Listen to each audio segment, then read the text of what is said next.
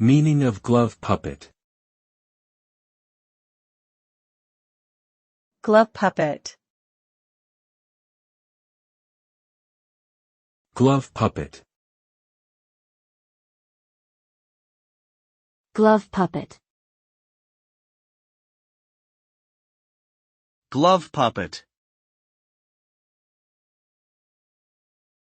A glove puppet is a type of puppet that is operated by placing a hand inside the puppet and moving it around to make the puppet appear alive.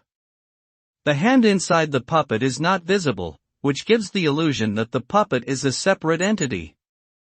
Glove puppets are often used in children's entertainment and can be made out of a variety of materials, such as fabric or foam.